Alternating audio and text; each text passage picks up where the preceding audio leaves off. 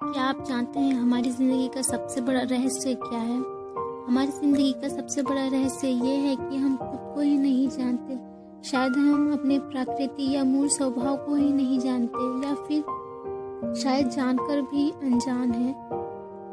जिस तरह हमें पता है कि जो पानी का मूल स्वभाव होता है वो बिल्कुल तरल होता है, उसी प्रकार जो मनुष्य है उनका मूल स्वभाव क्या है? क्या है हमारा सेल्फ रियलाइजेशन?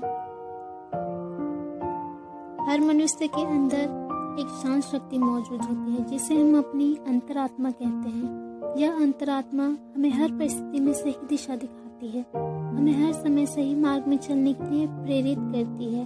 जब भी हम कुछ गलत करते हैं तब हमें एक बड़ा अजीब सा लगता है ना, जैसे हमें कोई कुछ कह रहा हो कि ये चीज़ नहीं करना चाहिए।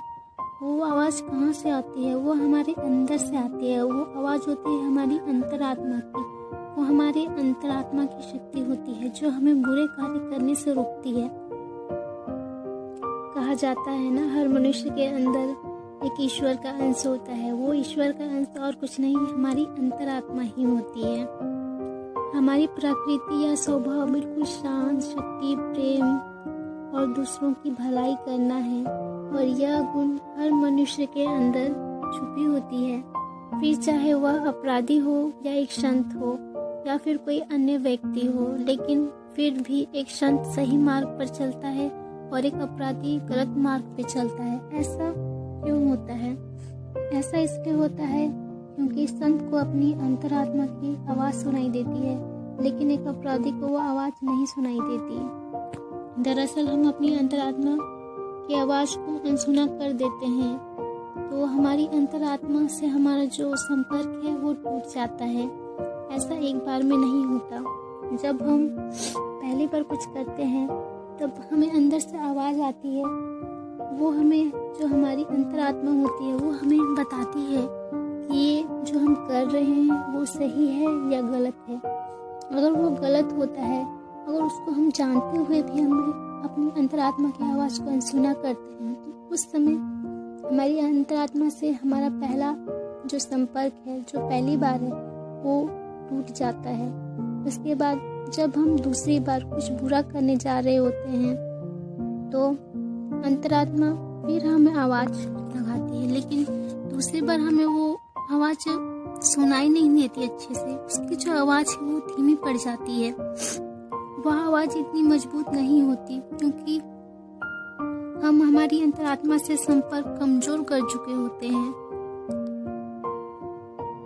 जैसे जैसे हम अपनी अंतरात्मा की आवाज़ को अनसुना करते हैं, वैसे वैसे हम उदास रहने लगते हैं और खुशियाँ इन भौतिक चीज़ों में ढूंढने लगते हैं और समस्याओं का हल करने में असक्षम हो जाते हैं, जिसके कारण हमें तनाव, डिप्रेशन, ऐसी चीज़ें हमें घेर लेती हैं। आज हम किस ओर जा रहे हैं? क्या आपको पता है आज हम कहाँ जा रहे हैं? आज हमारी ज़िंदगी एक मशीन की तरह हो गई है जिसमें हम सिर्फ भागते जा रहे हैं, लेकिन हमें यह नहीं पता कि हमें जाना कहाँ है। अगर हम स्वयं को पैसे इकट्ठे करने वाला मशीन या रोबोट के हैं तो कोई आश्चर्यचकित वाली बात तो नहीं है ना। आज हमारे पास सब कुछ है, लेकिन फिर भी हम खुश नहीं हैं। ऐसा क्यों? इसका सीधा सा कारण है कि हम अपनी अंतरात्मा से अपना जो संपर्क वो बिल्कुल कमज़ोर कर चुके हैं या बिल्कुल ख़त्म ही कर चुके हैं। इसलिए हम केवल बाहरी वस्तुओं में खुशियाँ ढूंढते रहते हैं। हमें लगता है कि क्रोध होना स्वाभाविक है, लेकिन क्या एक क्रोधी व्यक्ति खुश हो सकता है? गुस्सा आने के बाद हमारा पूरा दिन या 2-3 घंटे तो खराब हो ही जाते हैं, होते हैं ना। ऐसा क्यों?